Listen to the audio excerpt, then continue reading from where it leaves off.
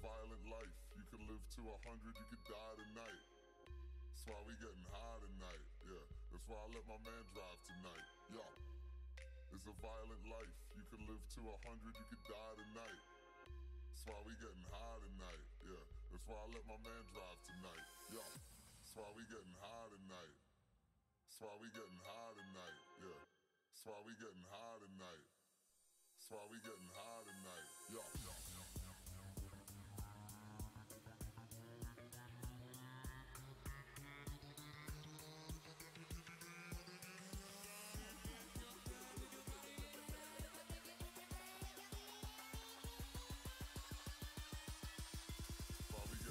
Tonight, yeah. Yeah.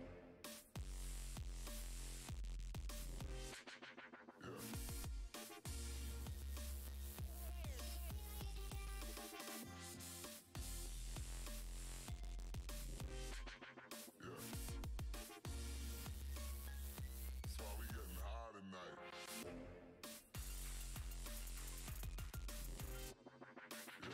All right, well.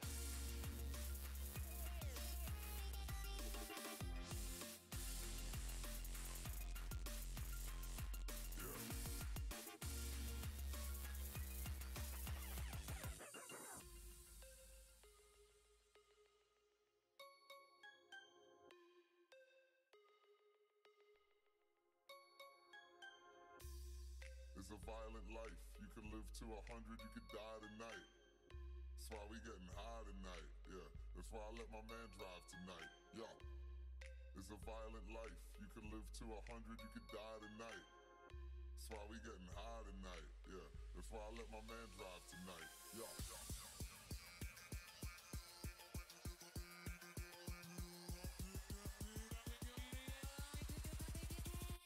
Hold up. Tonight.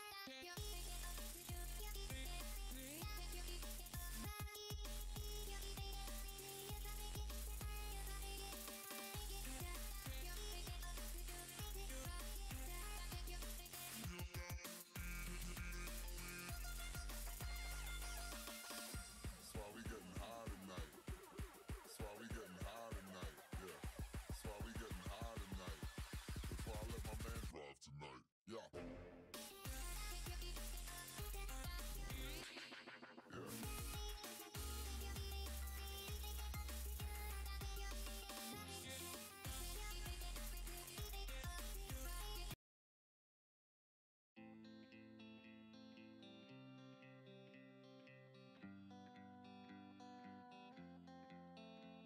So take me with you all the way, random day, on a runaway.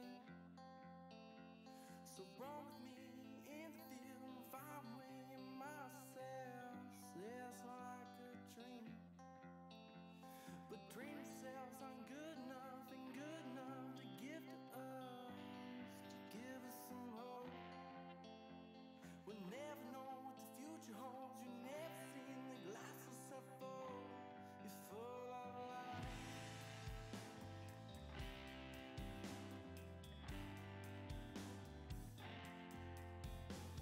So picture me at 17, I'm by myself and all alone.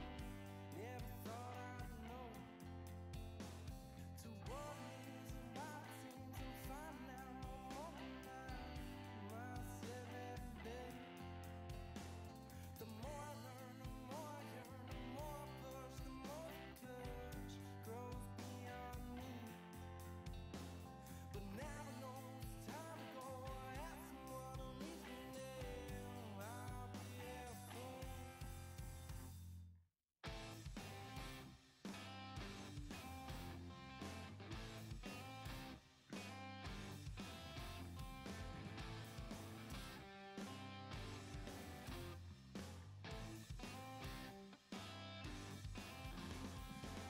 When I see your face in light of place, so tell me Yo, yo, yo. Just went ahead and skipped the intro video today. Just want to jump right into it, get as much game time as we can. The scheduled maintenance is actually right at 12 noon Eastern, right when the reveal stream is going live, so it works out perfectly. We should be able to get our clan XP milestone completed here, but at 65%. So we're gonna go do some public events and get that done. We're gonna do it on Mars. You know, maybe we'll come across a group that's doing escalation protocol that we can piggyback on. You know, that would be cool. Make sure. Yes, I do have the Achilleos hand cannon equipped, which is gonna come in handy when and if we do end up doing some of these escalation protocol levels. I completed one yesterday, but my dumbass didn't have the correct hand cannon equipped, so it didn't count toward my quest, which sucks. Because who knows when the next time I'll be able to get into an escalation protocol will be. I don't really know. But here's to hoping we find people that are doing it and don't mind us joining them, you know?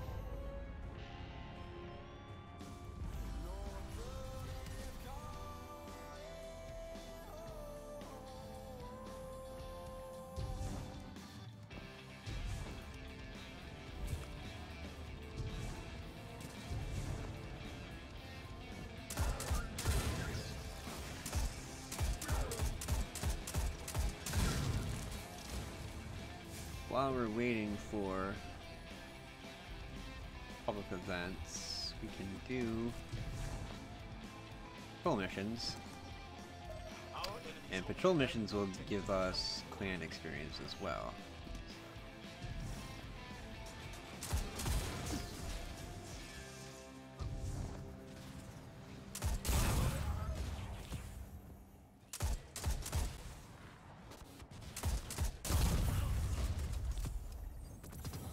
What we came for. Bingo. I also need to do some nodes too. Oops, wrong button. Alright, so let's check out the nodes. Resident stem, I only have 3 out of 4. Okay, so I can't make a new one yet.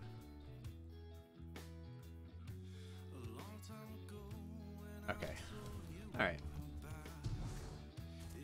That's fine, you know?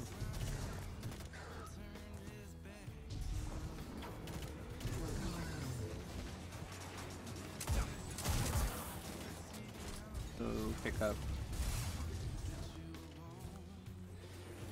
Yeah, screw it, let's do this one. Maybe we'll get a legendary engram from the enemy we have to go defeat. That would be cool. Alright, silent grenade.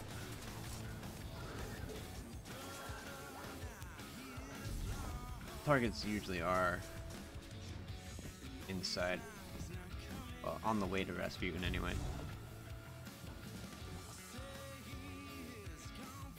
How's everybody doing today? Doing alright? GeForce Game Ready Driver is ready for download. Or ready for installation, rather. Okay. I will check that out in a moment.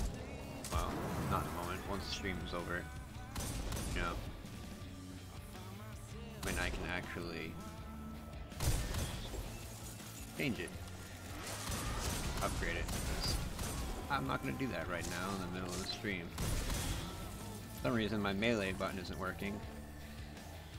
Neither is my... Oh, what the hell happened here? Why are we not working?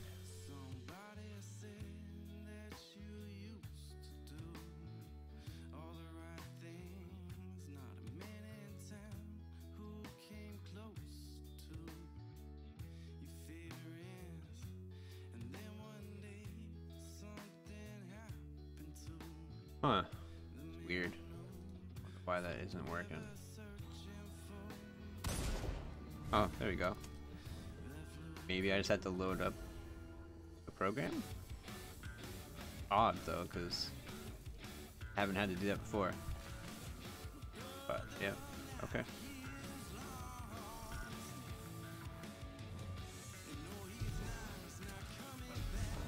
we go.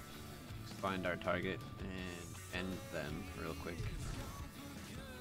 Room. Further inside. I don't know. Oh, he's right there. All right, cool.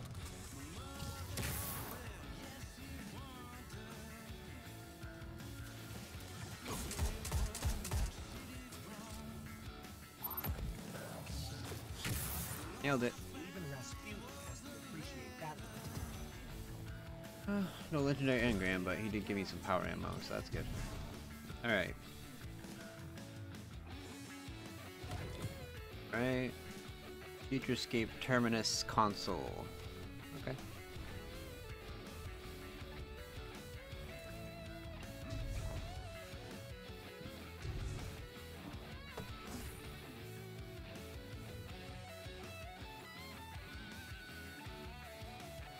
Mercury to the outer planet.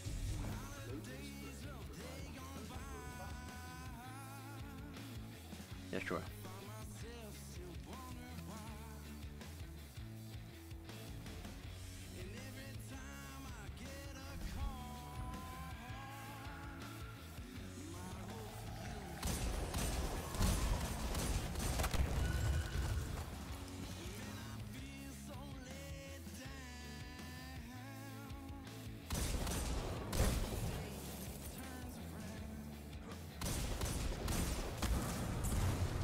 Bye. So long, and thanks for all the fish.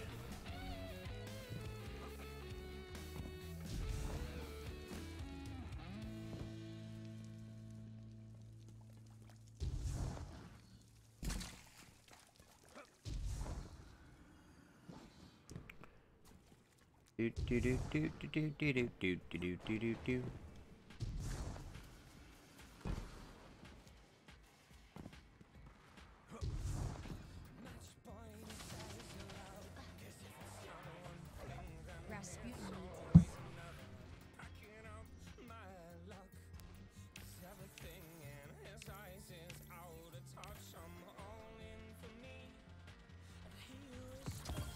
Hey, if we end up doing a, what do call it, escalation protocol, and we make it all the way to the end, I'll have Eat open the chest, which I'm thinking, but hey, just in case. Alright, so where did it say this thing was? Terminus? Console? Terminus console.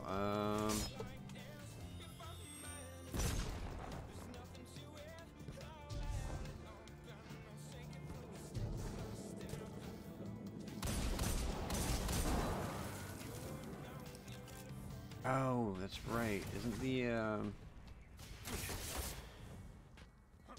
Lost Sector, isn't that the Terminus? Right? I could have sworn. Terminus. We're gonna go down here and find out.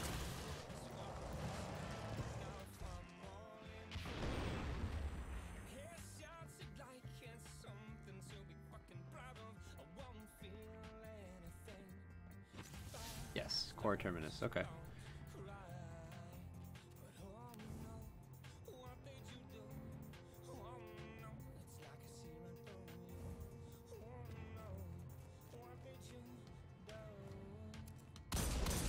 Okay.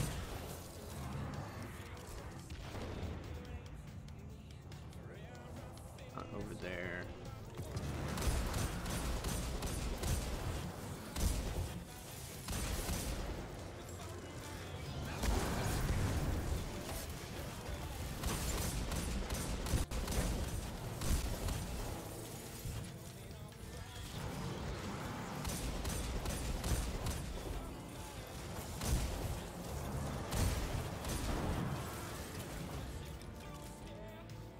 Nailed it.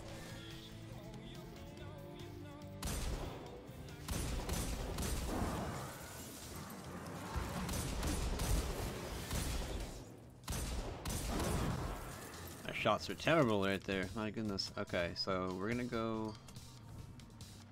No, it's over here.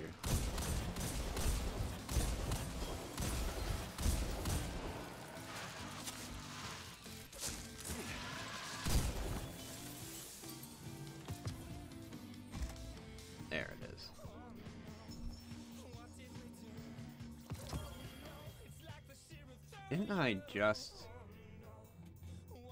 swear I just got that sparrow out of my prismatic matrix thing? Yeah, we might as well complete the damn lost sector. I mean, we've made it all the way in here. Boss room is literally right here.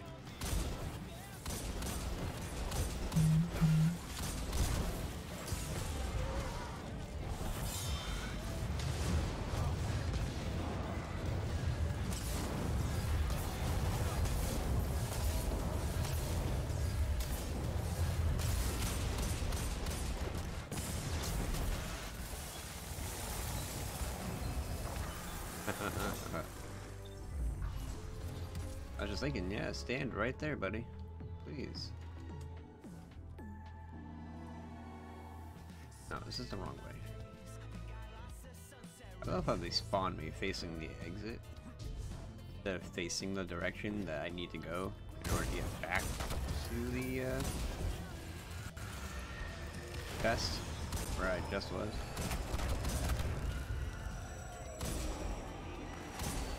There we go, there's the headshot. There's the headshot. Really?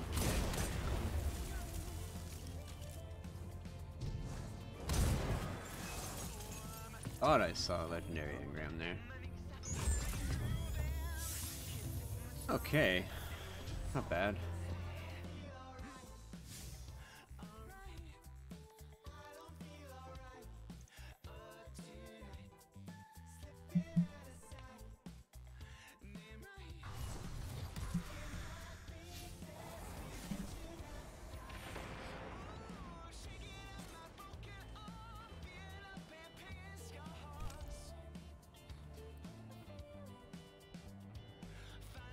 Well, people are reporting that the next 2 weeks could make or break Destiny. They seem to forget all the turmoil that Destiny players went through with Destiny 1. And the fact that people, you know, even with all that being said, we're still here playing the game. So...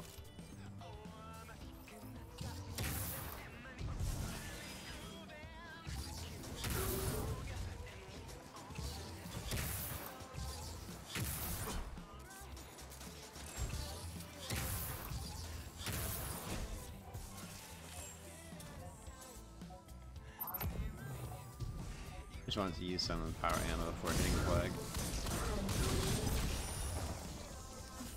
I knew I was getting back.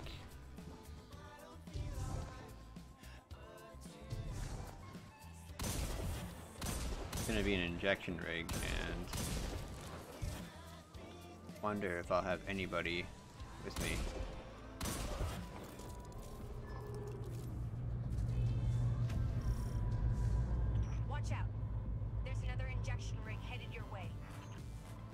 We'll have to wait and see if anybody else shows up.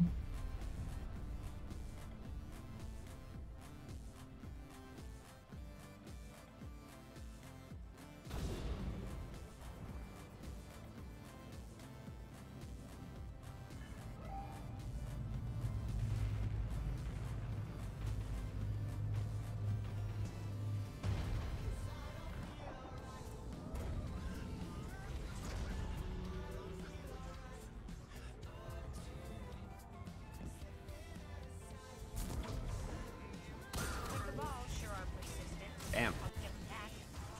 Don't worry, we'll deal with them as many times as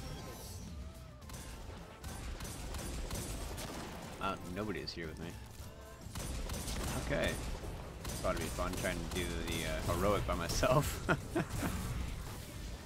Hey, this is bad. Oh, there's somebody else, okay. Finally.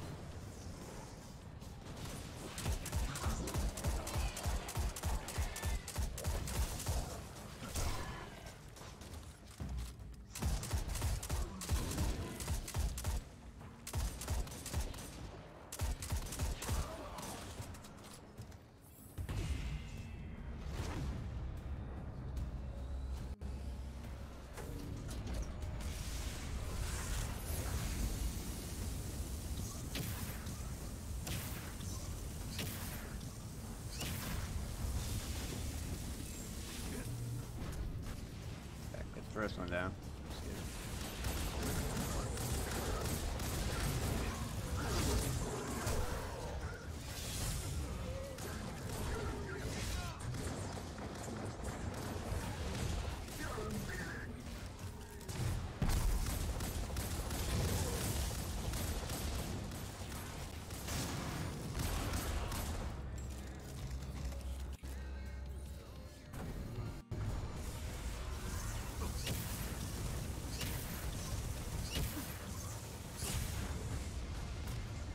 Oh, come on!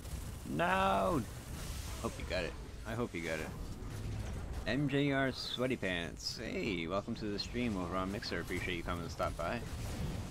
Oh, we didn't get the second one down. Fuck. We get 2 down for the price of 1 here. Okay, Major Sweaty Pants. Bye! Oh, hi! My bot keeps showing you leaving and coming back, so... Hi, bye, hi, bye. Oh, there you go again. Bye! You know, I don't bite. If you guys come into the stream, you want to say hello, please feel free. Say hi. How are you? Let's get a conversation going. Let's get to know each other. Let's have some fun. You know, I stream Monday through Friday.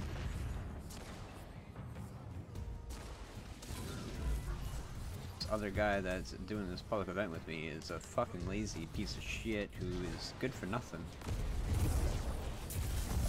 Way to go, buddy. You fucking basically wasted that Nova Wow. Should have saved it for this.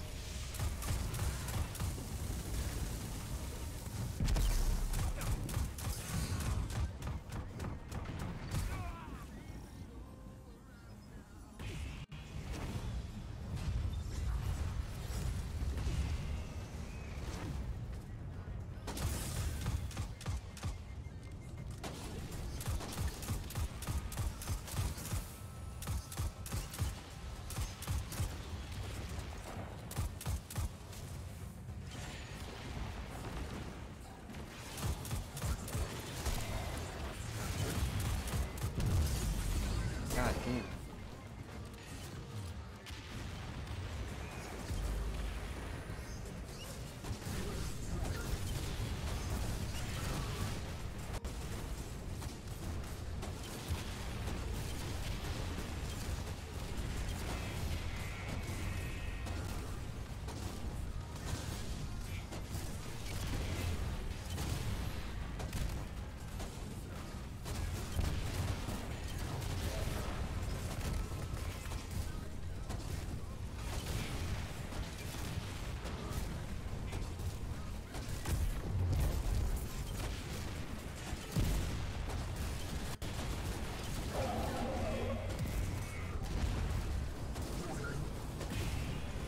You're welcome. Killed that guy all by myself.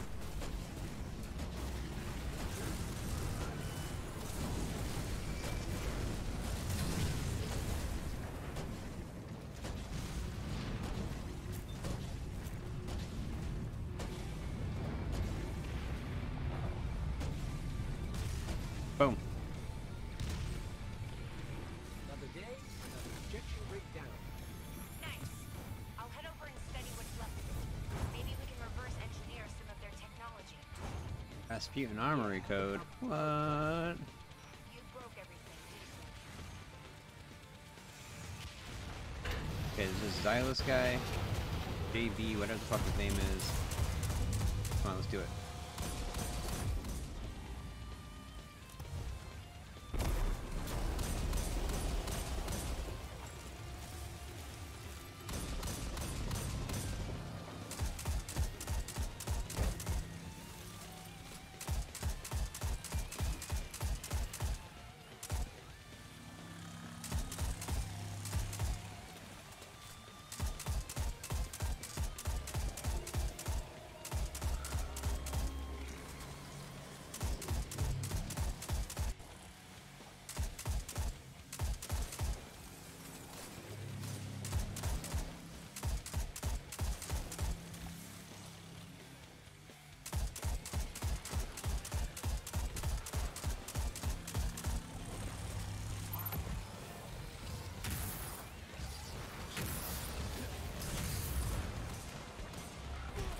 God damn, they got me.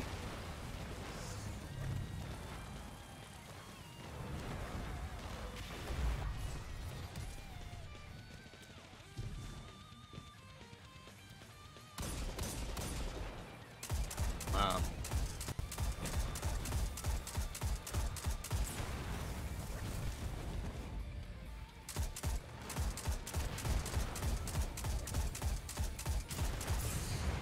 Jesus fucking Christ, dude.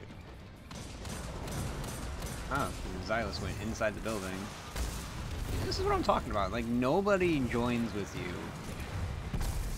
if you try to do an escalation protocol with people who are just in the same instance as you. Like, this is what I get every fucking time. The people are around until you start up the escalation protocol, and then they fucking flee. They leave the area. As if the escalation protocol is a fucking plague. You know? Like, can we just, like, work together and just try to get this shit done? Like, is that too much to ask of people?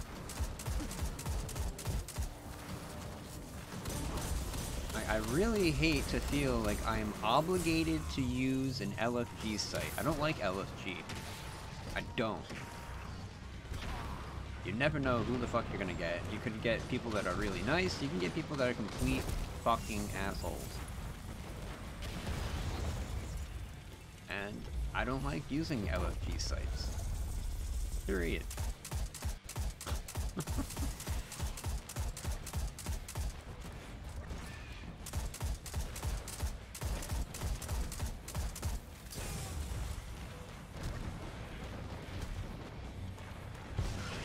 Like, I don't have a fucking choice. If I want to stand a chance of getting any of this shit done, I guess I have to pair up with random fucking people that I don't know and probably never play with again. You know, that's what always happens with me and random people. Like, we do one activity together. Most of the time, I don't like their personality, and then I never talk to them again. Anyway. This is just my personal experience, which I'm sure isn't the same for everybody, but I'm probably not that far off.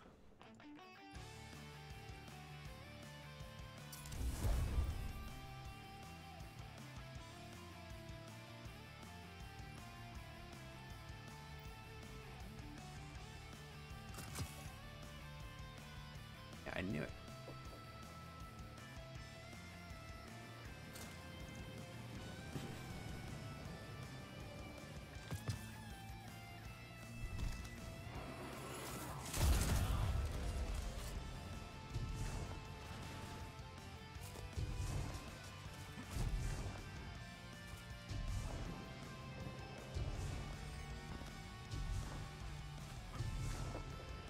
No.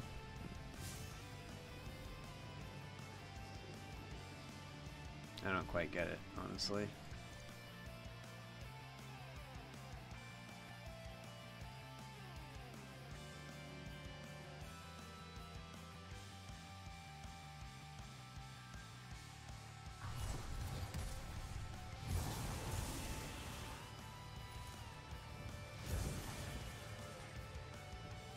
Buddy here. Because they're all grouped up with the fucking streamers in groups of 9 people in a single instance. So people like myself are right now hoping to load into an instance that has people doing escalation protocol. I'm probably never going to find one because most people that are doing it are in a group of 9 fucking people and the instance is full. You gotta go watch the streamer and hope that you get invited to join them, and like,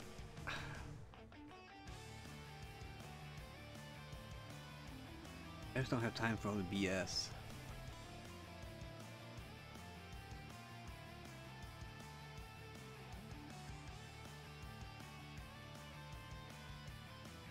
There's literally only 3 people here in this instance.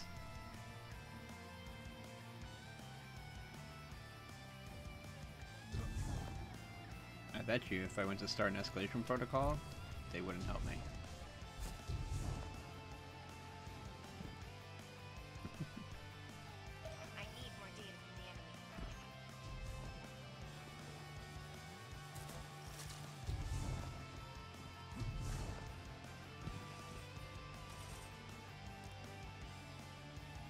public event will more than likely be Orsat. If it was the other one, it would be right here. No, where the portal shows up right there.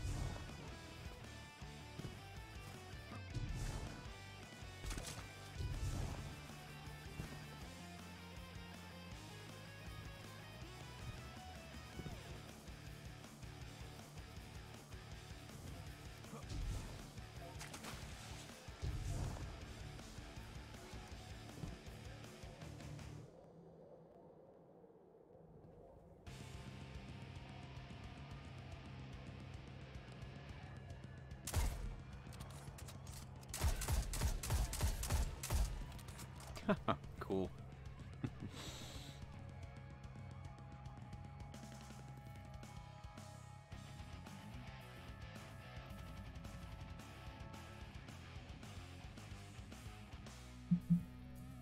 Hey, Nitro Queen, how are you?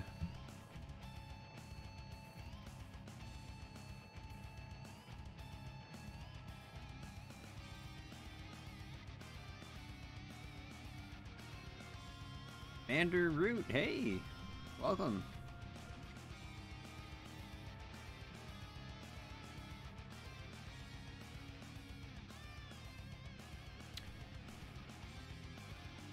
Oh my god, contacting Destiny 2 servers, here we go.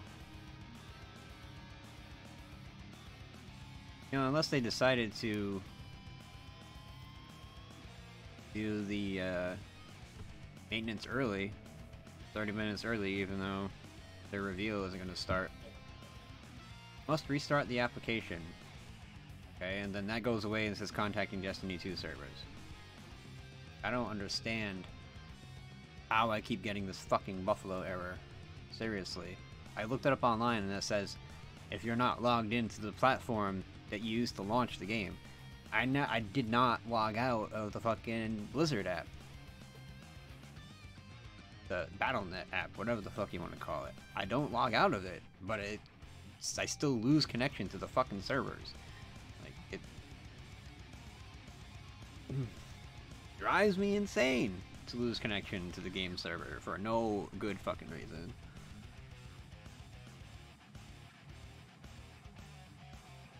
Especially because, you know, I have all the time in the world here. I stream for like an hour and a half to hour and 45 minutes a day. That's all I've got to work with.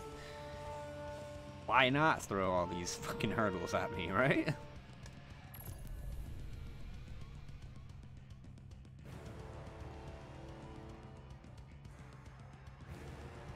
I just wish to one day have a flawless streaming experience. I know it's a lot to ask for. I know. But after 4 years of streaming, can I just have just one good day? Just one. That's all I'm asking for. Not a lot, right? Anyway. Sorry to bitch, but goddamn.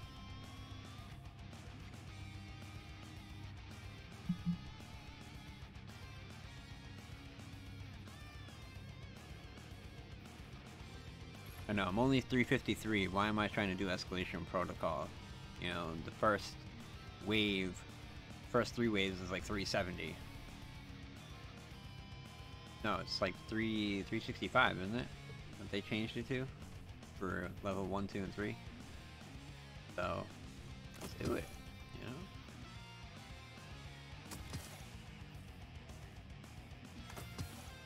know? Underleveled a little bit, yeah.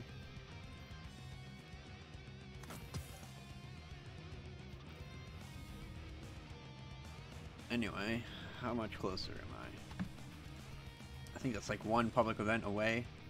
And I missed that public event that was just about to load in because I lost connection to the servers for, you know, the Buffalo error.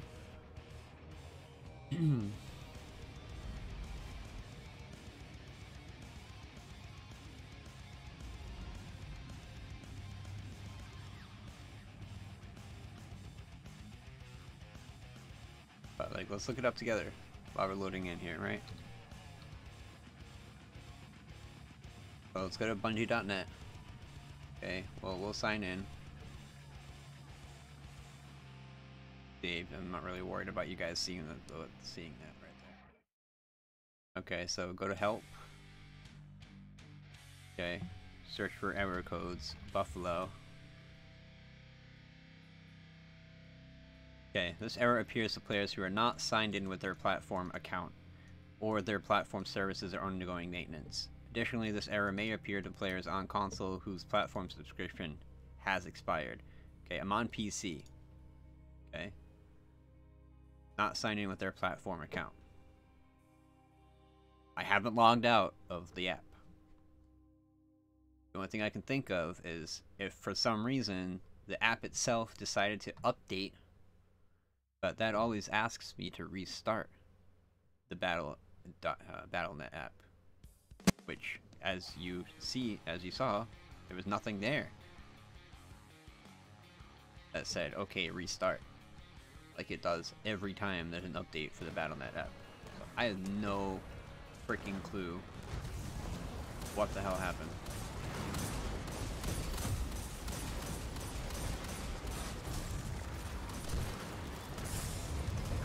Like, who started this escalation protocol? Is there anybody else here?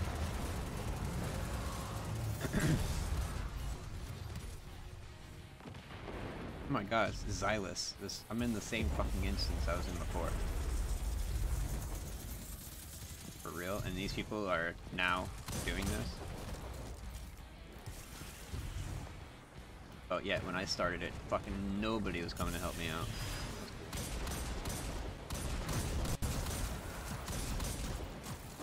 But hey, I'm gonna stick it out. I'm gonna fight with them.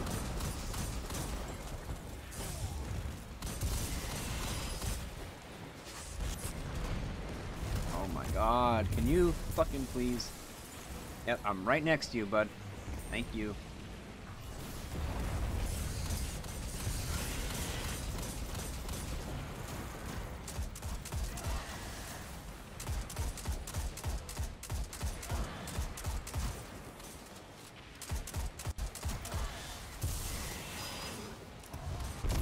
Oh god, he jumped like way out there. There's no fucking way. Got 2 seconds. Oh, that's it. Event complete. Where's the public event? Where's the public event?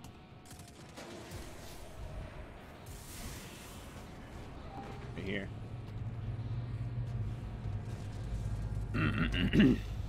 Orsat coming in? Yes? Okay, here it goes. Oh. If there are any Guardians on this channel, a Warsat just crashed in your vicinity. I could use your help recovering its data. Alright, well, hopefully we can get this done before, you know, Bungie decides to kick me off their servers again. The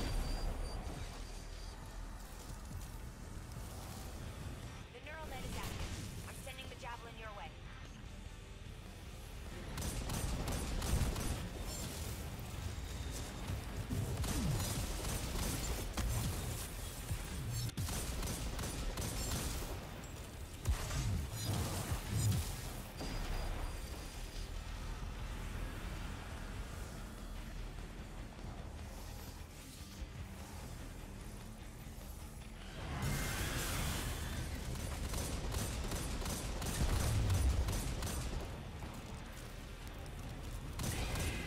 The high suppression field is up.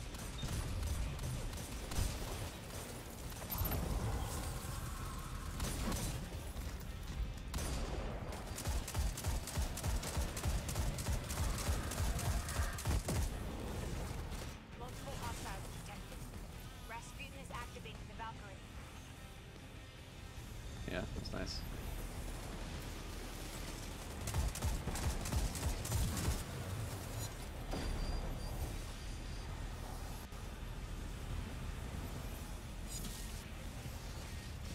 Go meet the next wizard.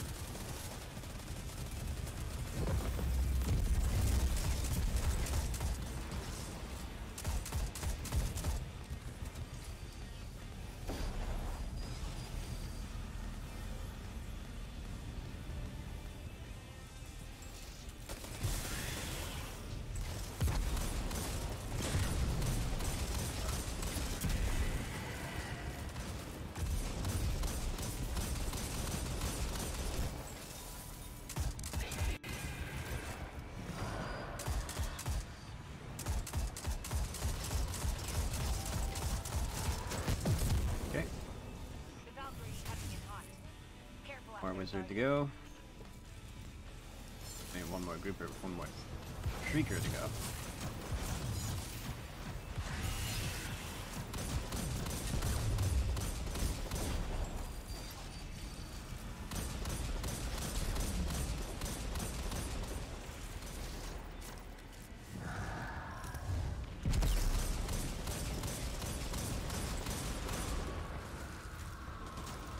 Come on guys, get the shrieker. Thank you.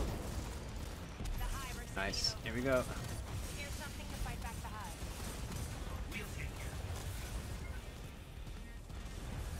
Don't mind if I do. Okay, yeah, sure. No fucking problem, dude. I didn't run all the way fucking from the other side to pick that up or nothing, right? That's cool.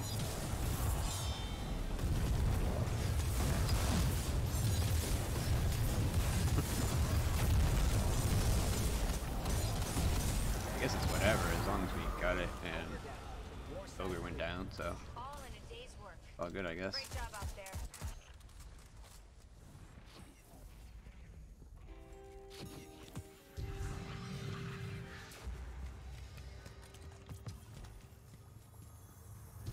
Oh, check this out. Watch, watch, watch, watch, watch. All these people right here that just did public event.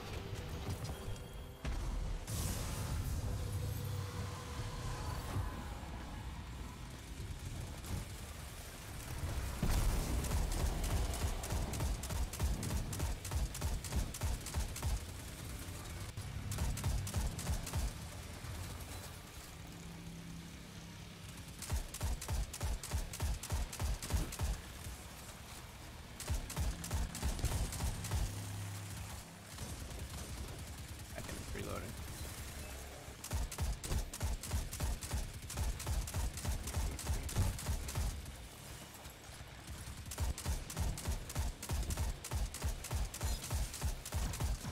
Wasted that, man. Never forgotten that yet. Look, there was 5 of us. There was 5, now there's only 3. See what I mean? People just leave. It's like, oh fuck that shit. I'm not gonna do that. No way.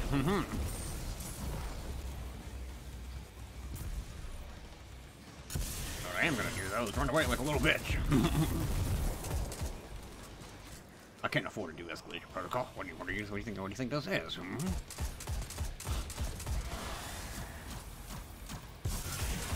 blows my mind, brah. Blows my fucking mind. It really does.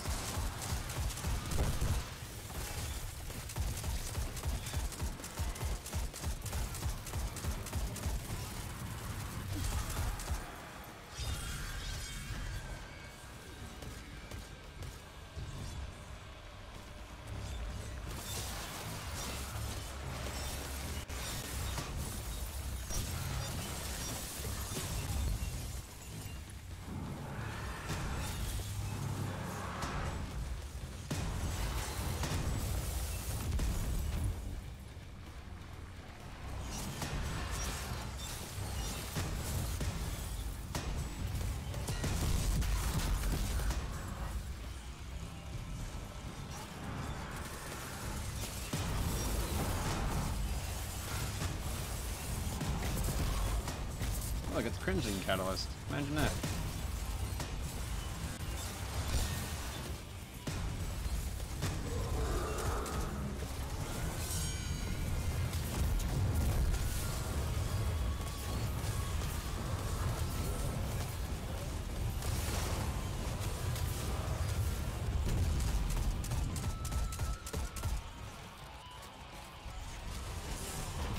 Oh, okay, sure!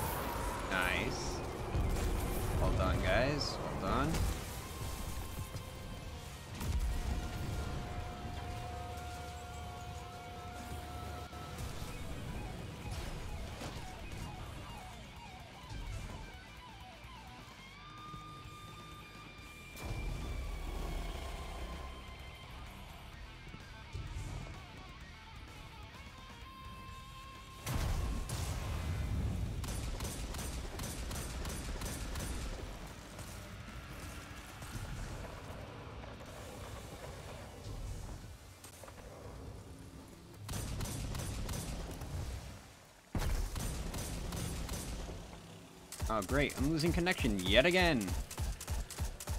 What the fuck, man? Guarantee you. Yep, because he's just running. What the fuck, man? I am so tired of this bullshit.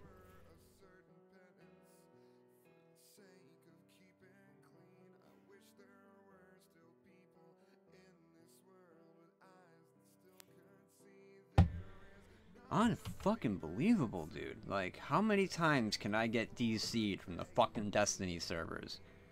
For real. Oh, because they shut the fucking servers down.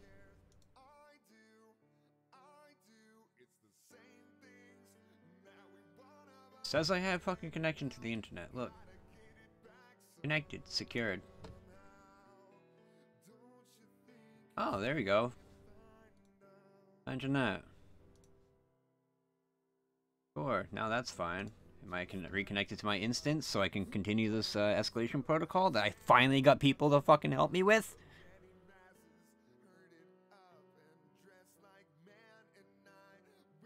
Nope. Of course. Oh, look! Baboon and then a buffalo. This is fucking infuriating. Seriously, I can't fucking stand this shit. Fix your fucking connections, Bungie. For the love of fucking God.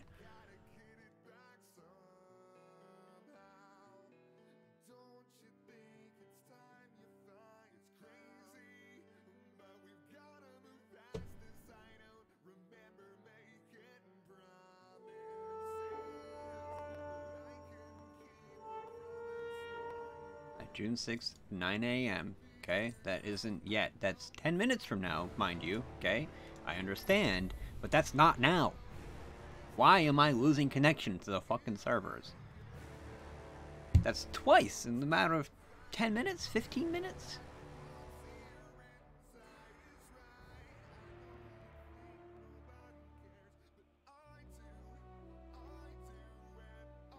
Guarantee you, I'm not going to be able to get back into that instance and continue doing escalation protocol with those people.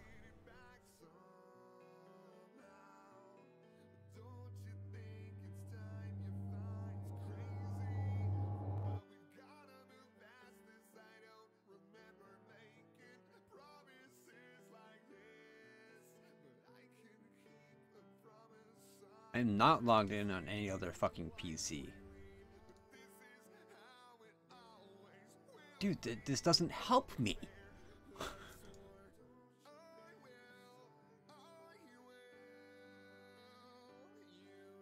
To check the status of their platform services by following the links below.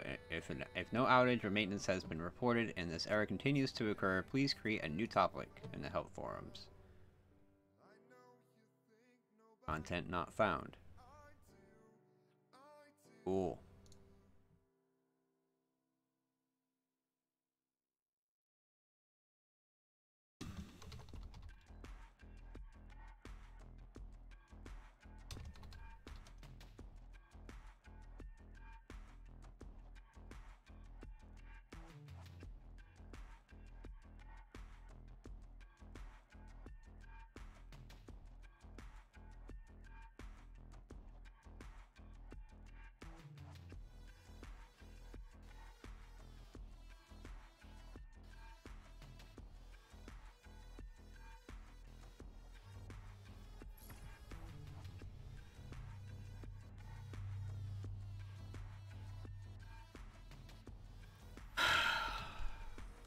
I fucking haven't finished the clan XP. I'm gonna miss the clan XP for the week.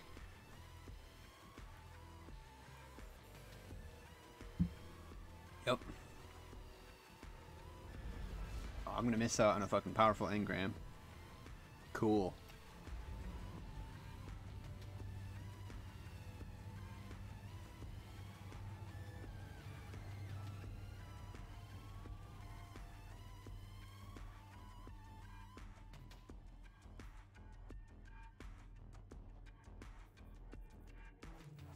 Need 2 more levels of escalation protocol with the Achilleos hand cannon equipped.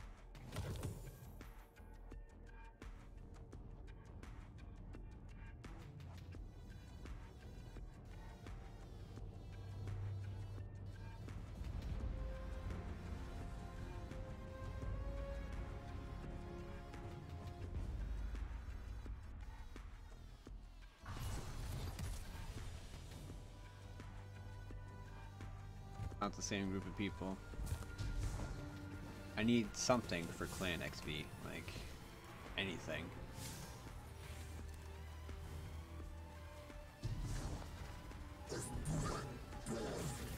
Our enemies hold valuable tech that could help the war effort.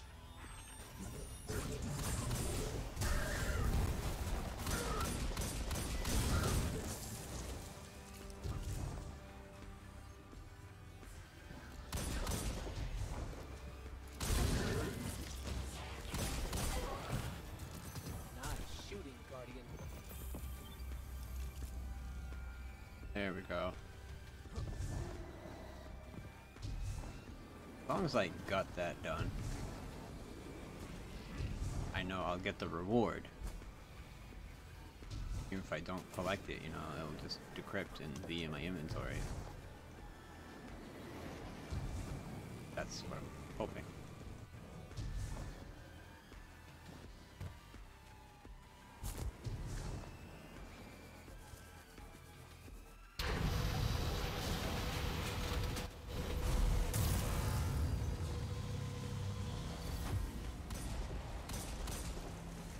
Get it done.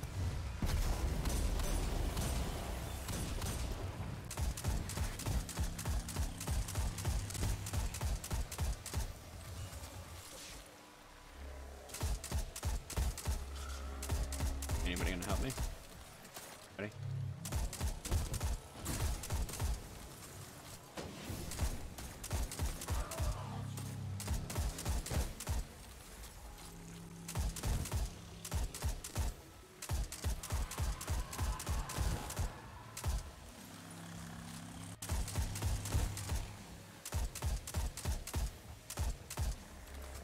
No?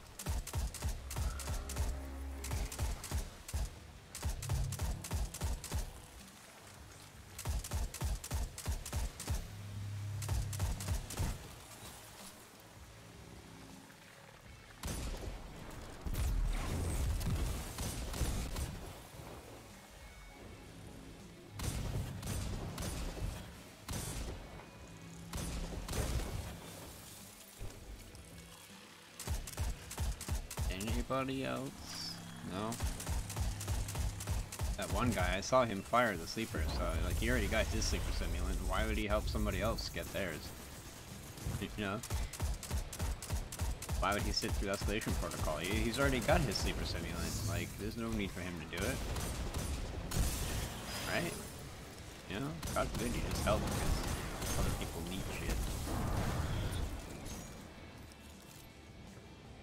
This Lazy Apples guy, he's in his fucking menu.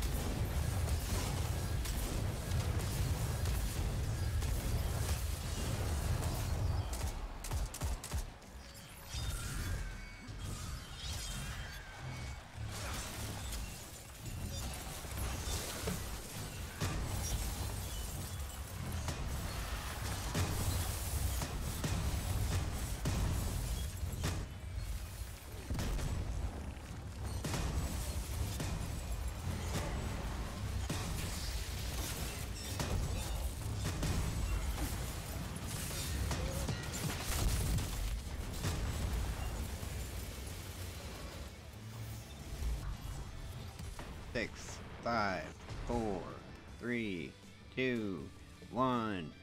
Thanks for wasting my time! Woo! Oh my god. Whatever. Let's see if we can load into the tower and get our clan reward. About to boot us back to orbit anyway, because it's damn near 12 o'clock now.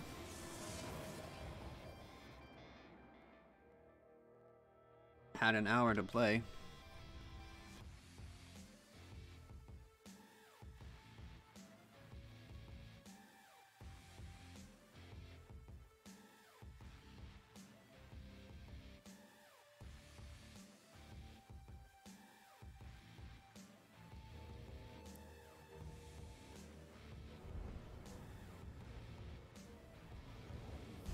Because, like, even when there isn't scheduled maintenance, I still get buffalo errors. All the time. All the time.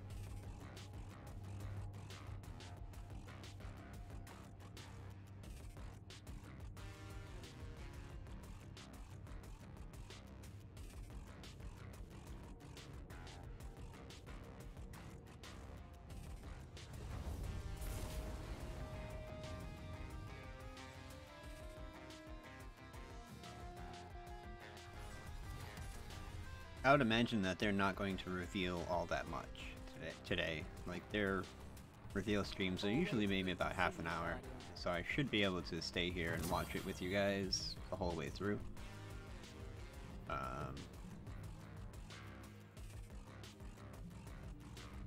we'll have to wait and see. Sometimes they do go longer. Transaction to make, Guardian? 12 noon. They don't ever start right on time either, so I'm not really worried about it right now.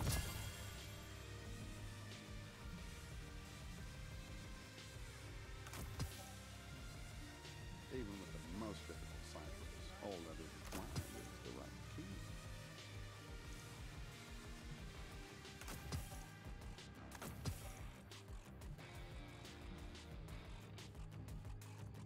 The world's changing, Guardian. You must prepare and adapt.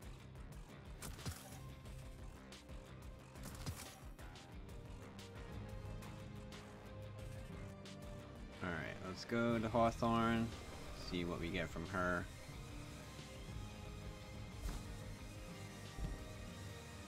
You know, of course, the maintenance is supposed to be starting right now. And yet, here I am, still connected. But prior to maintenance, I'm getting booted back to the fucking title screen.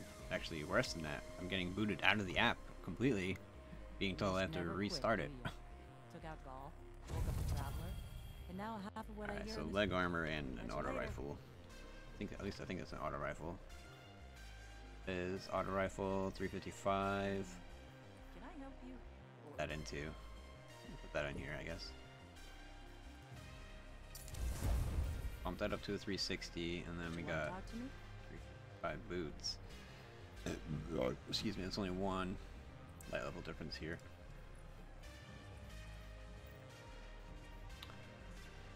We'll hold on to that for now, but we are going to go ahead and close out the game. We can load up Bungie's Twitch stream.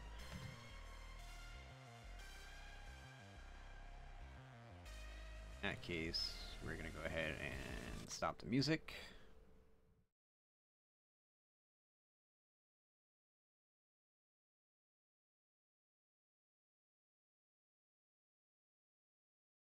People outside the studio to figure out, like, of course. what is the best version of that? Honestly, yeah, like we're building something the community has been asking for, and it's accumulation of everything that we believe the game needs to be.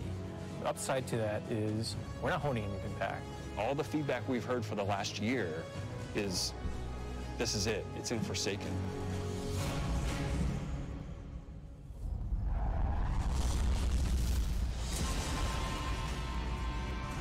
We want this release to have a different tone and a different vibe. We sort of just embrace that Western revenge vibe. You're going to a darker place. You're going to take on a different role as a Guardian. A barren landscape with like the asteroid vibe with like tumbleweeds, and I mean that just sounded cool. Grit, man. Want to bring the dirt back. But what better way to start a story than to start it with a prison break? Right. Cade's been filling this prison with bad guys that are really bad, and so when it breaks, things can happen to all the world. First place you're going to go to is the Tangled Shore, which is a new part of the reef that you've never seen before. That's right, my friend. It's a collection of lashed together asteroids Yes. and rocks out And in the asteroid It's belt. very otherworldly, and it's full of Pirates and assassins and bad guys. It's become a lawless place. It truly is a frontier. It's completely taken over. The most malevolent force there is the Scorn. They're very aggressive. They're always going to charge and push you. The Barons are the top dogs in the squad, and each one has gone back and like committed nefarious crimes. I think of it as the reverse Magnificent Seven, like the worst of the worst criminals. You are hunting down these different Barons. In fact, they're called Baron hunts. So one Baron is a sniper, and you have a sniper versus sniper battle with them. Another Baron is this big, giant, hulking melee character.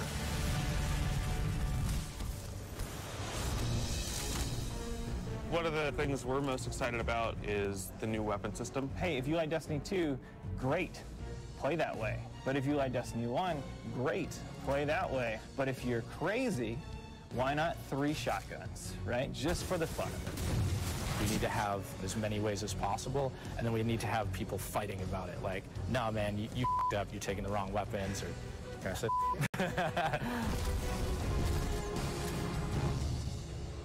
What? So random rolls are coming back. Every single weapon is going to feel different when it drops.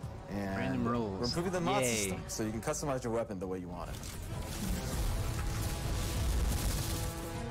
We've got a whole new masterwork style system coming together where you actually are able to kind of move your levels up over time. And so there's investment back on the weapons again.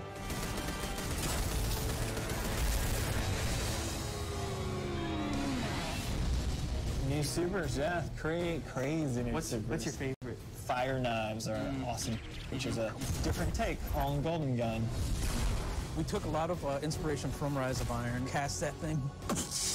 You got a huge hammer now, and you slam that thing down, and it sends out this fire in front of you that then creates a fire tornado. We gotta take it to the next level, you know?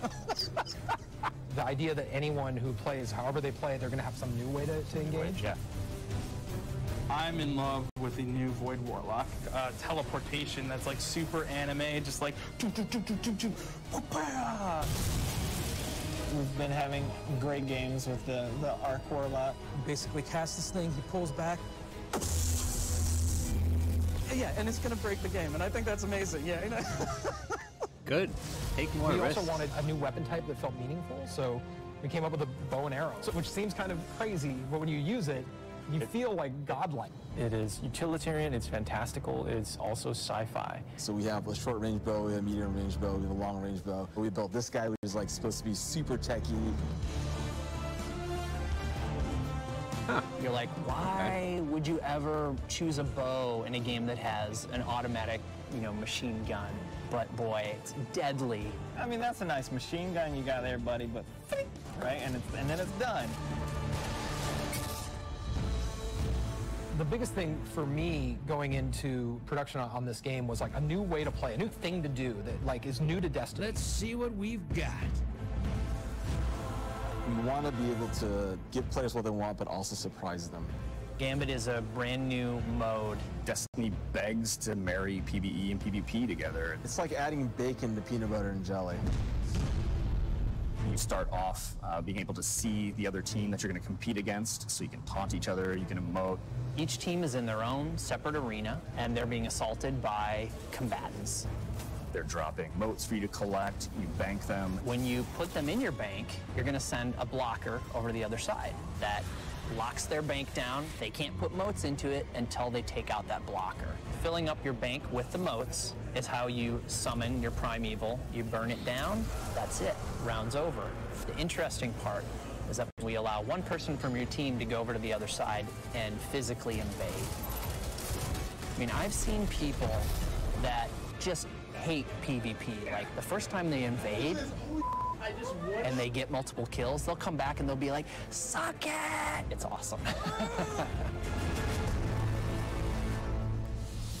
We leave the raid team alone. I mean, if you can't tell, we just kind of let them do their own thing. But we have Joe over there. For this next raid, we wanted to get back to the epic adventure where you're going out to slay a big monster again. This raid has more bosses than any raid we've ever had before, and we're really excited to get players in there.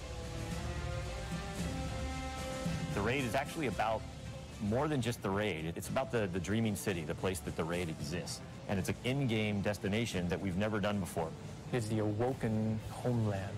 I could talk about the Dreaming City for hours. It's like if the Vault of Glass and Dreadnought had a baby.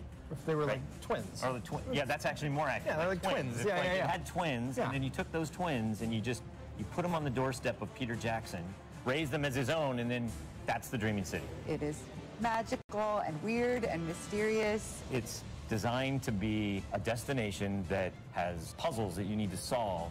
A lot of hidden corners, lots of passageways that might not seem to exist the first time. And the raiders, they affect this destination. They change it for everyone. It's like this cyclical endgame place where there's just secrets and different activities that unveil over time. So the Dreaming City that you see at launch is not going to be the same Dreaming City 2-3 weeks later. That's interesting. So with every design decision we've made for the Forsaken, like the first thing we ask is how will the community react to this? Players want their investment in Destiny to matter, and they want to be able to see that reflected in the content. We knew we wanted to do something for the collectors in our game, so we built a feature called the Collections. It's a way for you to track all the items that you can go out and acquire. There's so much gear in our game. Like, there Finally! are 2,000 items you can get. After what will be Go get 5 them. years. You can look at sets and you can say, I haven't filled out this set. What do I have to do to go get it? If I want to find like how many guns in the world, I can actually go look now. We also had a triumphs thing, which is just acknowledging your achievement. It like ties into records, it ties into lore. It's a thing that can help you drive like, hey, I want to do that. And if I do those things, I can get a title. Like I can have a title floating over my name that says that I'm a god or whatever. Not me, like you. We wanted Forsaken to feel like a game that never ends, so we're going to reinforce the hobby and make the experience something that can be played night over night. We're changing the weapon slots. We're changing how the pursuits work. We're adding new features like the collections and the triumphs. We built Gambit. We've got a whole bunch of new weapons to chase, exotics that are really powerful. We have Lisa focusing on some sweet new exotic armor. Maybe we got overboard, like dialed it too high? No. Or to go out there and collect in the world, exotic armor pieces to go out there and hunt. We're working on armor perks, random rolls, new mod system, new subclass paths. We're making Forsaken for people who love Destiny. Making a game that we can all love. That is the goal. That's what we're going to constantly be pushing towards, always. Everything we're building is through that lens.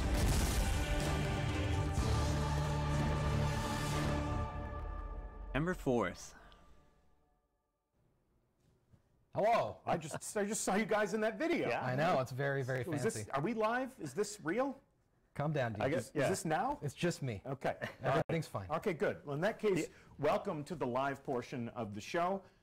That was obviously a Bungie Vidoc so that we could reveal Destiny 2 Forsaken, a major expansion to the game that we've been playing since last September. And this September, we're going to have all new ways to play and collect and evolve and do awesome stuff. Yeah. So it's my pleasure to introduce you to my two fellow co-hosts, two developers who have been leading our team in the development of this new adventure. They are Scott Taylor. Hi. And Steve Cotton. How's it going? So these two gentlemen have been with me on stream previously. If you've been watching Bungie streams for a while, they may seem familiar to you. Scott, you and I sat I'm next to each other. interested to see right what around this new time weapon last system year? is. 2 years ago. 2 years ago. You can bring Time 3 passes shotguns. so fast when you're playing fun. What? So we were together for the reveal of Rise of Iron. Yeah, that was great. And Steve, you and I traveled all the way to Germany by way of 2 planes and 4 trains. 18 trains. 18 trains, yeah. But you were on stream for the first time that we ever revealed private matches and playing in Rise of Iron. So welcome back. Thank you. Thank you. For people who might not be familiar with you, for people who might not know what you do here, talk to me about what you do at Bungie and what your contribution to Forsaken has been. Right, so I am the Forsaken project lead. My primary job is controlling Steve. When I'm not doing that, we work with a lot of awesome people, the leads of the game, to make sure that Forsaken ships and is everything that we want it to be. So that's kind of what I do. Do you concur? Are you under control? Well, I prefer loose cannon, I guess. Maybe. No, Okay. he keeps me under control. Yeah. He's Step good. into analysis. Step into. Listen, it works. It's the Westworld. So what's your role on Forsaken? Oh yeah. You know, in a game, any game, but a game like Destiny especially, somebody kind of has to try to keep the whole game in their head so that we're making all the right decisions for what's best for the game. So I guess that's what I do, and you know, set high level direction and goals for the teams. But mostly, I think, I just listened to a bunch of great ideas and not a lot. Yeah. Okay. Yeah, and we, enabling so many different disciplines, so many different teams to work on this game, and we got to meet a lot of those teams and a lot of those people in the Vidoc. Narrative designers, sandbox designers, mission designers, activity designers. Yep. So it's all coming together all over again under your direction. So we're grateful for it. What have been your overall goals? What have been your super objectives in the leadership and guidance of all these teams working together? So we had two goals with the Forsaken, Scott and I. The first was to kick off the game with a brand new story. One that had a new tone and a new style, one that we're both really, really excited about. Yeah. You saw a little bit of it in the Vidoc, but just a little bit. We're not going to talk about that much today. I think we want to leave that for a little bit later. But the other goal was that we wanted to reinforce the Destiny hobby. And that was about bringing depth back to the game.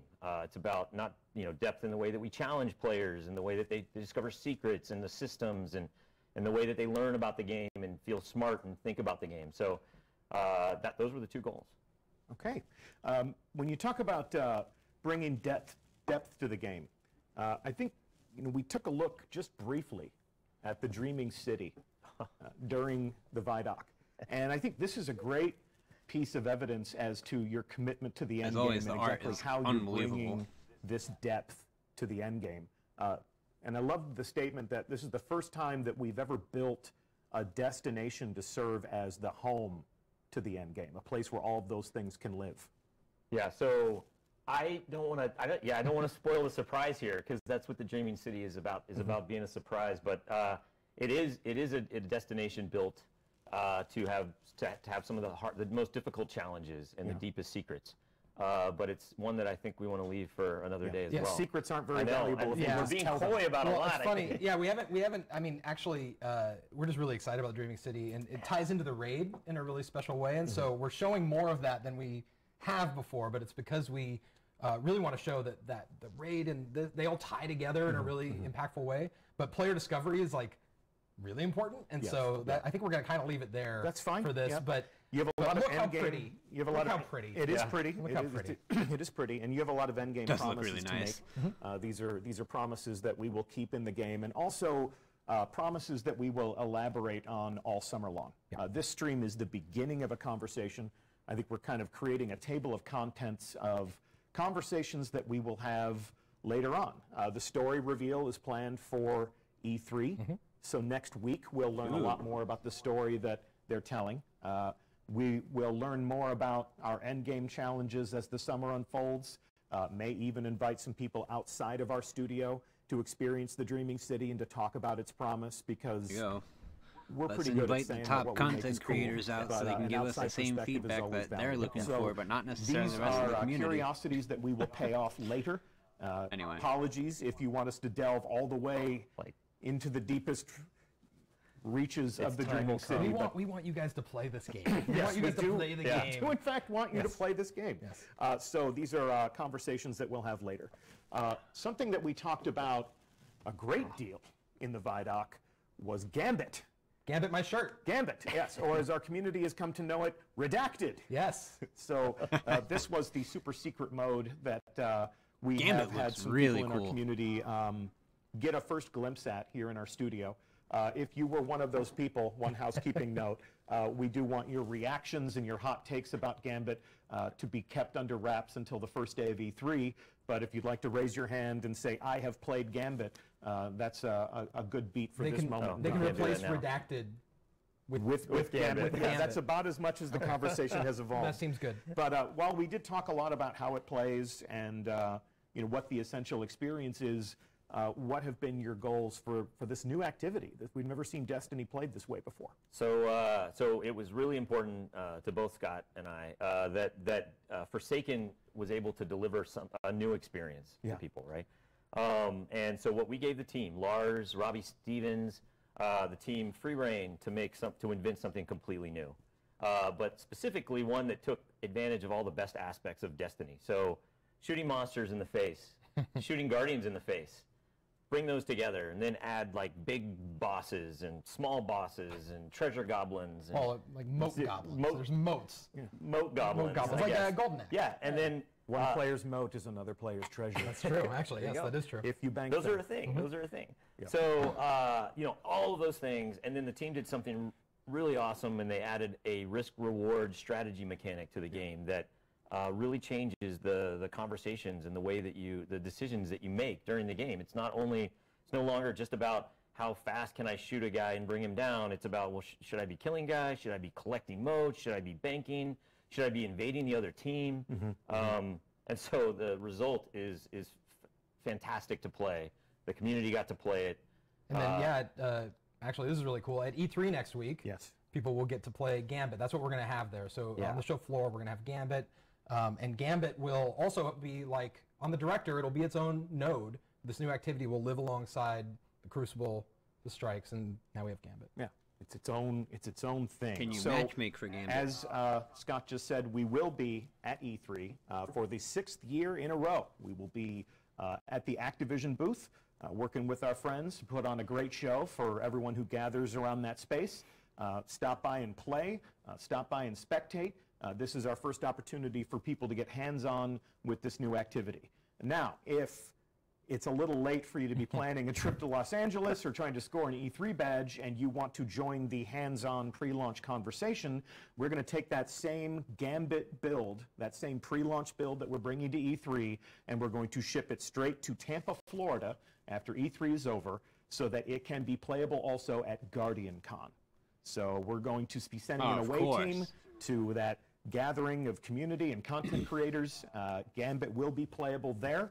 And if you want to be included, get yourself a ticket to GuardianCon because we'll be there too, and we'll see you there. Anything else that we want to say about Gambit before we move on? Just excited for people to play it. Yeah. Yes. So you've talked a lot about reinforcing the hobby, and once the Destiny campaign is finished, a lot of players are always asking us, what's now? What's next? How are you going to keep me engaged over the course of a year? Give me a roadmap for all of the other moments when I know that my hobby as a Guardian is going to be infused with new things to do. One of our new answers to that question is something that we're calling the annual pass. This is a new way for us to sustain the game with new releases of content. And if we can keep the main graphic on the screen for just one moment longer, I want to call out the fact that the annual pass has 3 different releases. This is live on DestinyTheGame.com right now, and because our product pages have gone live, we just want to set some expectations for how this is different from what you may have known this year. If you played Curse of Osiris, if you played Warmind, this is a different thing. So if you're the type of person that throws your money down on something as soon as it becomes available, we'd like to set your expectations that this is different than those expansions. What we have here are 3 different releases that will come out over the course of the year. Black Armory, Joker's Wild, and Penumbra in the winter, spring, and summer to come. So these releases are a new way for us to deliver content. What purpose would you say that these serve? I think that the purpose here is to give you more of what you want more often. It's also about, it's more about chasing the power and the gear. Basically that's it. I mean, it's more often, more stuff that you care about. Huge cornerstone for Destiny, the acquisition of power, the collection of new gear, the upgrading of your character. That's really what people talk about when they refer to the Destiny hobby. Let me take a deeper dive into exactly what you'll find in these different releases over the course of the year in the annual pass. And if we can give people a read on this, here is what across these 3 different releases you can find in your annual pass. Endgame challenges, obviously new things to collect, new and returning exotics, new pinnacle activities, deeply challenging things to really test your skill and your teamwork, new triumph records to collect, and we'll take a look at exactly how that'll unfold in the game, and new lore to discover and collect in the game using new tools and features that we'll be delivering to every player.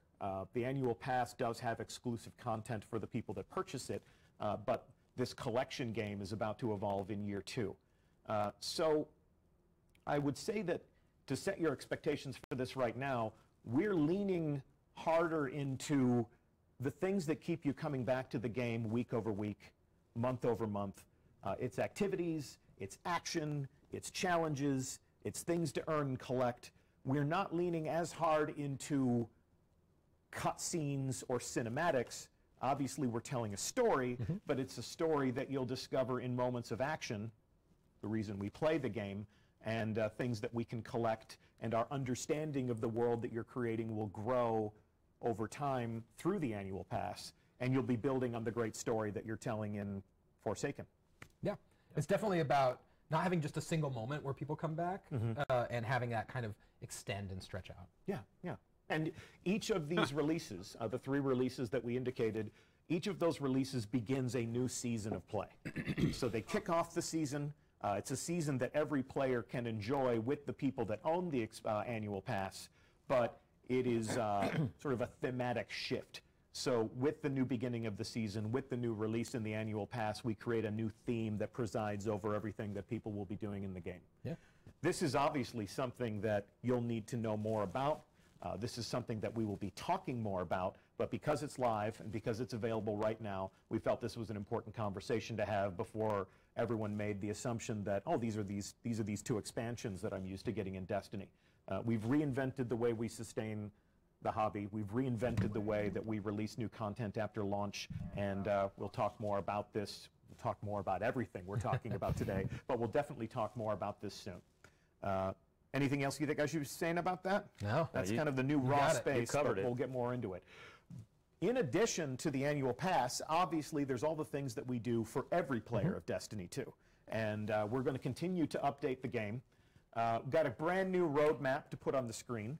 If all has gone according to plan upstairs, we have a brand new roadmap that has been updated on Bungie.net right now. So if this isn't entirely legible on whatever screen you're using, Bungie.net has our new June 5th development roadmap, and this is where we plot the updates that every player of Destiny 2 will receive. And as you can see, update 1.2.3, 1.2.3, so you don't think I'm just counting, due out on July 17th, has some pretty exciting new developments that will change the game even before Forsaken launches. Let's call out some of the things that we're looking forward to the most. Solstice of Heroes seasonal event. It's very fun. Yeah. So, and while the annual pass will have different things for players to tackle and enjoy, every player of Destiny 2 is going to continue to enjoy these seasonal events, these special occasions. Solstice of Heroes really deserves its own proper reveal. Yeah. So we will talk more about how that'll play out. 6v6 quick play. Pretty great. Yeah. So the 6v6 playlist in the Crucible will permanently be home to 6 players versus 6 players. We'll keep competitive as that, intimate, a little sweatier, a little more challenging 4v4 engagements. And for those solo players out there that aren't excited about 6 players versus 6 players in those stacked teams, the Rumble playlist becomes permanent. And then all of the other things that you may have seen on a previous roadmap, bounties, prestige raid lairs, and some of the different features that improve your quality of life as a player. Let's move on to year 2. Yeah. Along with the launch of Forsaken come a lot of interesting evolutions to the Destiny player experience. Scott, I think you can agree with me when I say that the most important development, the most important update on this list, bulk shader deletion. I don't think it's a question. I think it's just. I think that is just a fact. That we can just move it up the bulk list. shader, and then shaders also are Put it where it evolving belongs. in our some other features. All kidding aside, shaders have been a very large conversation in our community, but there's a lot of other things here that a lot of players of Destiny can get very excited about. Power matters in Iron Banner. I can't get a Trials. price for this. So if you want to win in the Crucible and those special events, Forsaken better commit to the annual pass progression of your Guardian. What else are you excited about? What else you want to call out? Oh man, well there's vault space, which is also another thing that we add all this content, and I don't want to spoil ahead, but we're adding random some random rolls. And Yeah, so, sure. So Weapon- like, we can we weapon can jump into that. randomization. But those things all tie together, right? Yeah. And so because we're doing that, the vault space is pretty important. We'll take a look at gear collection and in-game triumph in just a minute, but it's Yeah. important to call out that while collecting gear and keeping it in a menu that's sort of like your accomplishments, weapon randomization, or more affectionately known as random rolls, that is something that is coming back. Let's just say it again. Yeah, they're testing it upstairs right now. It's coming back. We're bringing it in. Yeah, it's gonna be good. What's your goal for that as a game director? Yeah, the goal for random rolls is just to get, to make earning gear more exciting to players, to personalize their chase for weapons and armor, and to like really get add that depth that we were talking about before to a system that they can now kind of learn and dig into and try to figure out. Yeah, I'm loving this recurring theme of depth. Yeah. Every drop has the potential to be exciting, to be something new. I'm not really thrilled about random then when rolls, you I get must those say. weapons, how do we arrange them on our character? The weapon slot changes. Wasn't really are a fan of something them in that are Destiny 1 development. either. We've seen that in playtest. Oh yeah, and yes. Actually, do you want to talk about how it works? Then I can. talk Sure, about like weapon slots. Weapon slots are really exciting. I mean, all those things on that list are exciting. The weapon slots, especially, because the weapon slots are really about like giving you more control over your playstyle. So for me, it's about getting my fusion rifle back. Sure. That's just that's my priority. But for everyone else, I think it's different, right? And so now you have more control over which weapons you can put in those first 2 slots. You can still roll your 2 hand cannons if you want. Or you can roll 3 shotguns, Deej, if that's. I do enjoy shotguns. Yeah, but it changes the way that you think about Mhm. the weapons that exist today, because it's going to like force you to move things around in a way that's really interesting, and then it changes the way you think about ammo and the way that it works. And so I'm really excited for people to play the weapon slots at E3. Yeah, and so yes, like Steve said. Sorry to steal your thunder there. Whatever. Yeah, Spoiler: I didn't control him. Yes. He was next Yeah, to there me. you go. You're a Yeah, loose cannon. You're a loose I was keeping my mouth shut for a little failed while my on purpose. objective. No, so at E3 we said we're going to play Gambit. That means we're also going to be able to play test the new thing. So if you want a sniper in your primary, you want to play the bow, like we're going to have those things as part of that Gambit experience. And an E3 test build, is usually it's in development. It's not the full game. It's not the finished product. Yeah. We usually deploy a limited inventory for use there, so it won't be the full realization of how the new weapon slot changes will work, but it'll give people a sense of how we're changing combat with access to different types of weapons for different opportunities. And like you said, you're going to let people play the way they want. Yeah, and those are all going to be Forsaken weapons too. So it'll be new cool stuff that people get to see in the different slots. Yep. And I did say that Destiny won't necessarily become Rocket Launcher the game, or was that just a fever dream from a rehearsal that we had prior to the stream? You said the fever dream. Did I say that live? Is this now? No, this is now. Okay. Yeah, so there's all sorts of other conversations that we'll need to have about ammunition and balance and all of those things. So this will be a long conversation throughout the course of the summer. Where are we going next? We called out on the roadmap that gear collections and in-game triumphs are something that we're bringing to every player of Destiny 2, and we caught a glimpse of that in the Vidoc. But just to reinforce the fact that it is in fact real, I would like to break net live to a build of the game. Can I say something? I would love for you to say something. So this is a build we propped from someone's machine. It's totally in development. We are going full transparent. You're going to see things, numbers, whatever. They are all like. They're not fake, but they're not real. They're not done. They're not done. We're back in the Westworld. Like, so they're not done. And so when you see something that's a number on a screen or this is about. We're going to show you guys the bones, and I am not uncomfortable about this. This is going to be great. This is a look back the behind curtain, curtain. Bungie. This is a That's glimpse what the of something community's that been is, in asking fact, for. in Let us know what you guys are thinking. You can see our brave guardian named Bungie TV.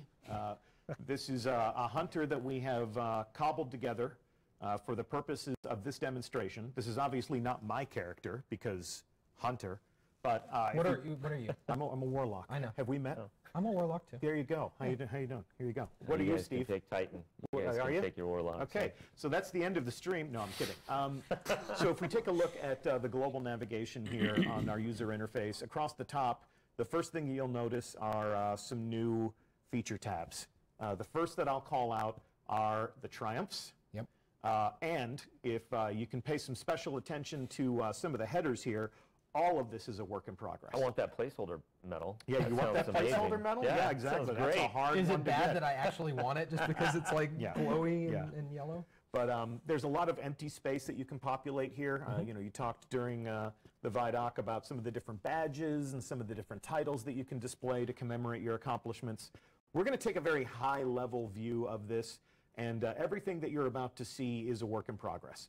So you can screenshot this, you can speculate this. All the numbers will change. As you can see, we have Clearly one for factions, Gambit-specific triumphs Vanguard, Gambit. to collect and to lord over your friends.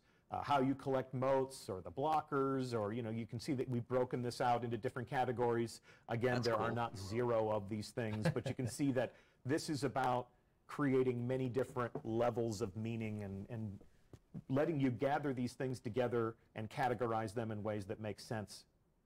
So that's Gambit, and then across here you can see that, again, the numbers are meaningless right now. We are in development.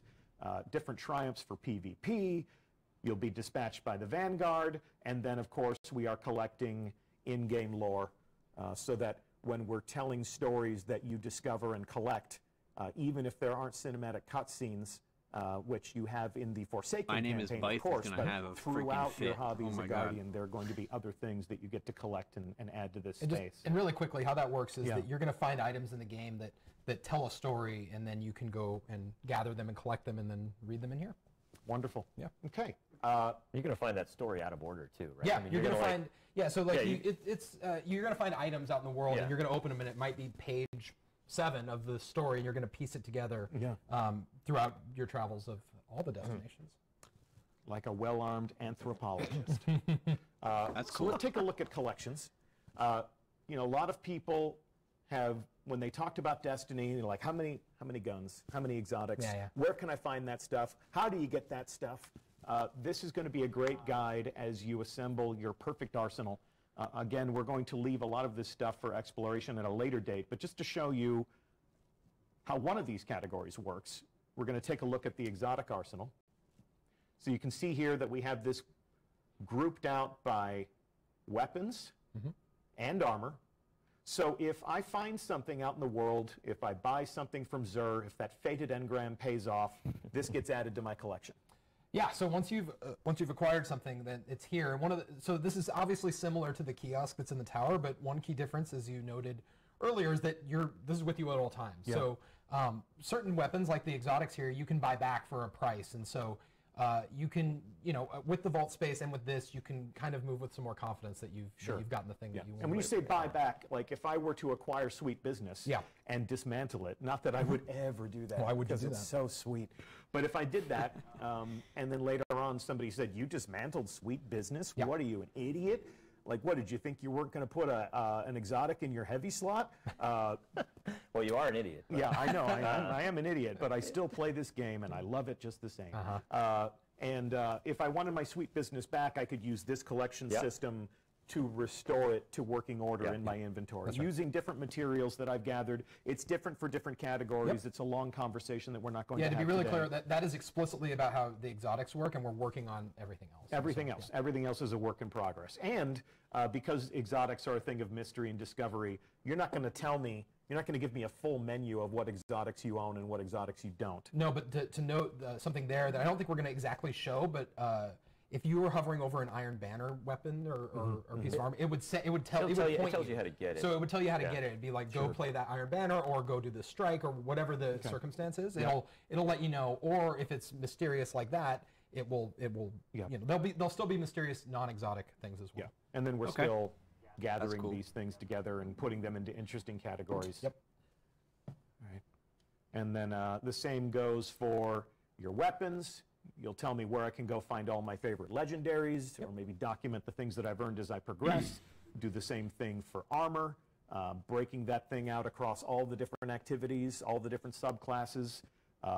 Collect all of your ghosts, all of your different bots, all of my ships, all of my sparrows, and flare, perhaps near and dear to everyone's heart.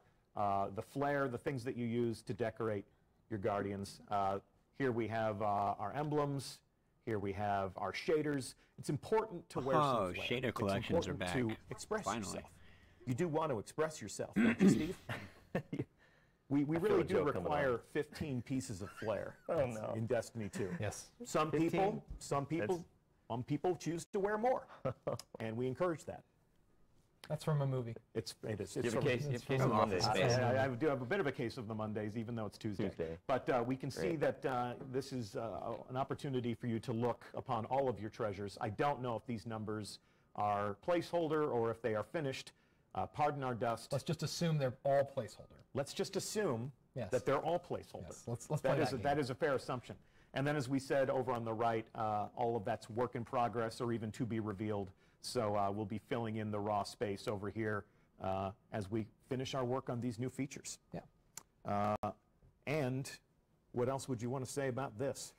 Boy, I mean, like these are features available to everyone. Triumphs and collections are available to all the players of Destiny 2.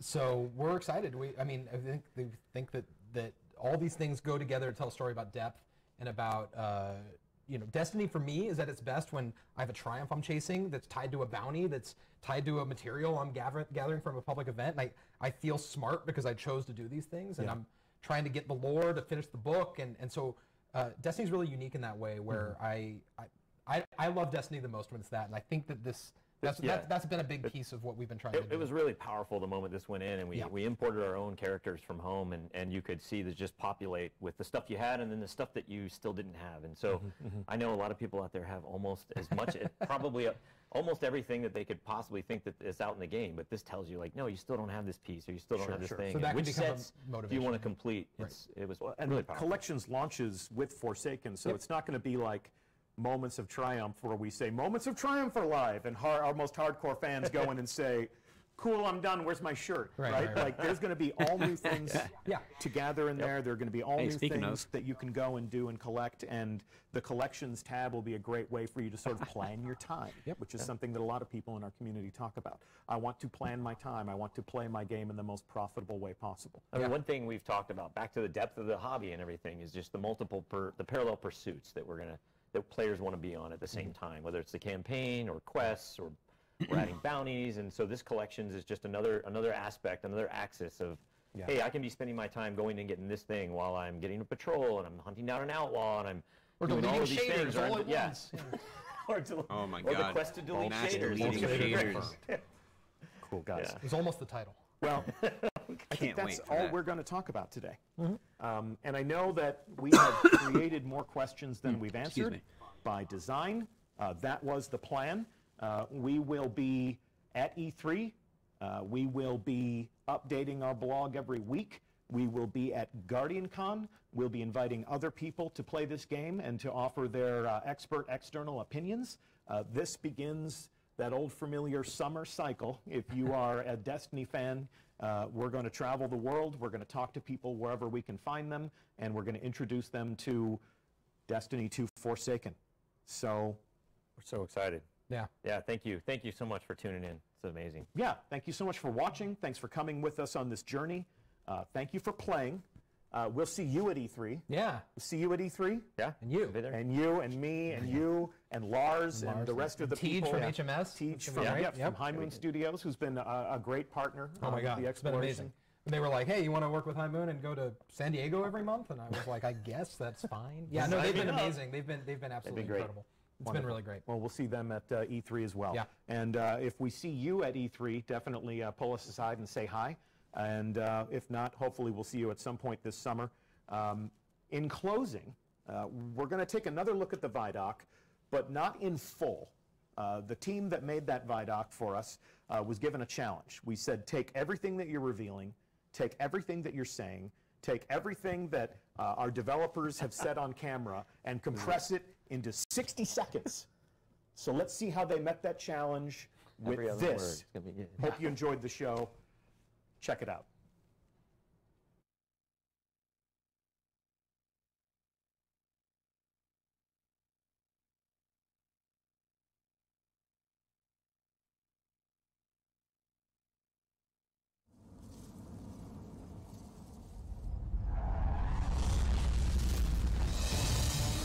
We're building something the community has been asking for. We want to be able to give players what they want, but also surprise them. We want this release to have a different tone and a different vibe. You're going to go to a darker place. You're going to take on a different role as a Guardian. We're changing the weapon slides. We're changing how the pursuits work. Gambit is a brand new mode. Armor perks, random rolls, new mod system, new subclass paths. We're making Forsaken for people who love Destiny. Making a game that we can all love. That is the goal. That's what we're going to constantly be pushing towards. Everything we're building is through that lens.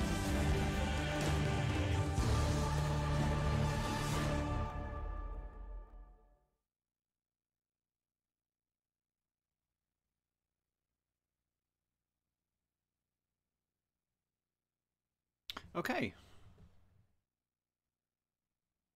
So.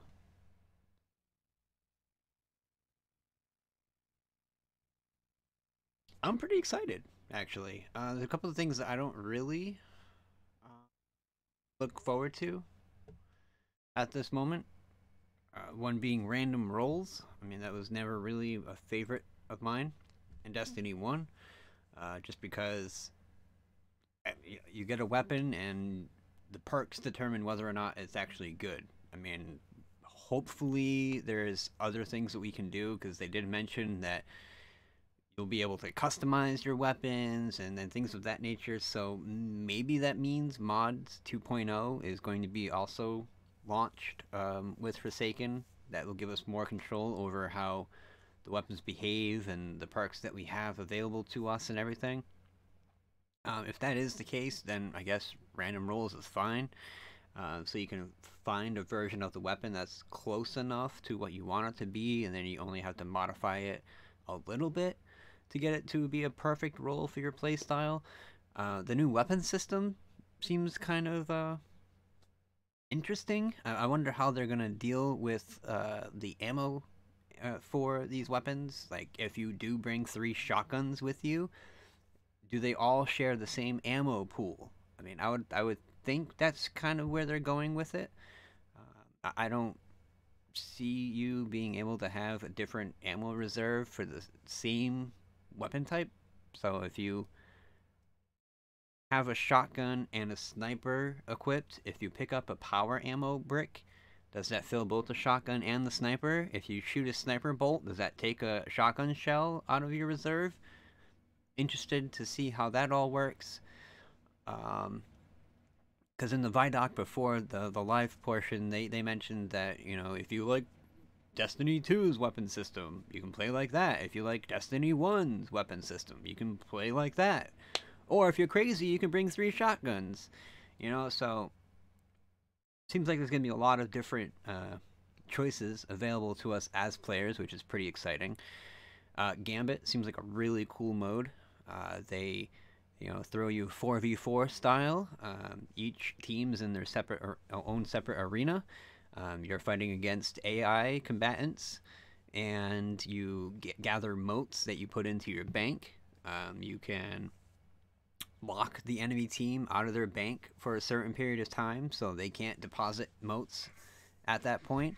At certain intervals, you'll be able to go into the other team's instance and fuck them up, you know, fuck shit up over there, by killing the Guardians, or I don't know, maybe you just kill the enemies and steal the motes for your team.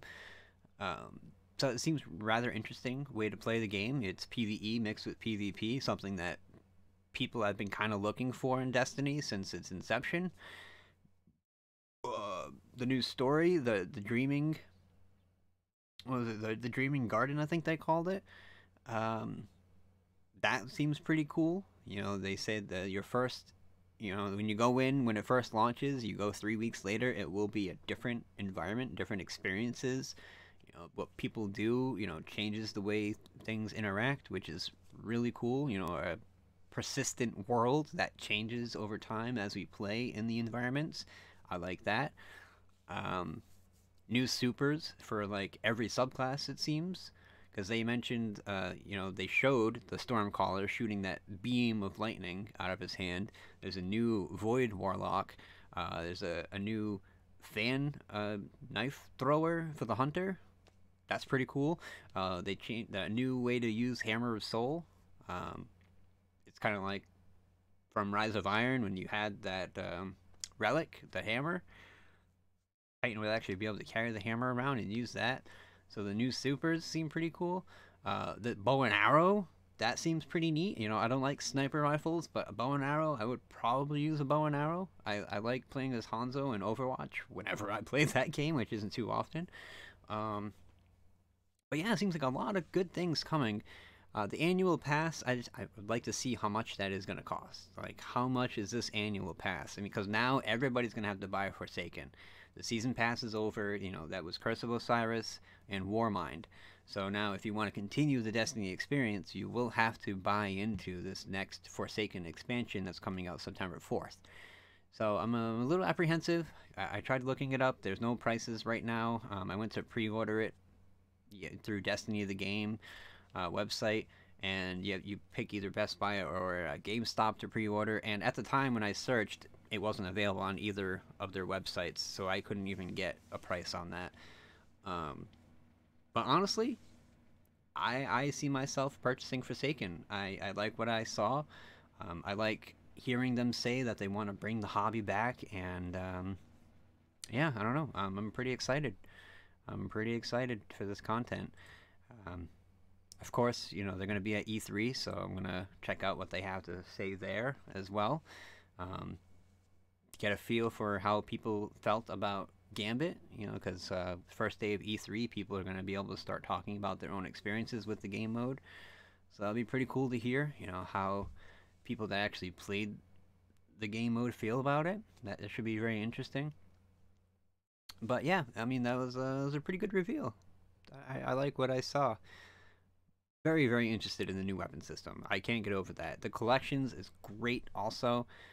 You can buy back exotics while you're out in the wild, just through the freaking menu. Come on, that's great. That's awesome. Like, because having to go back to the tower to go into your vault to get to your collections, that's kind of weird, you know. But at any rate, I do have to wrap up my own stream here. That was just my thoughts on Warmind, not Warmind, on the reveal for Forsaken, rather.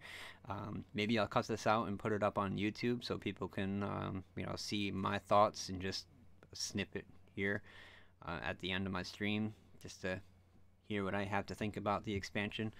But I appreciate you guys hanging out with me today, this afternoon. And I hope you guys are as excited as I am for this new chapter, or chapters, that we'll be walking into when Forsaken launches September 4th, just later this year. But until next time, tomorrow morning, 11 a.m. Eastern, I will be here. More than likely working on some Destiny 2. But yeah, have a great day, everybody, and I'll catch you on the next one. Peace.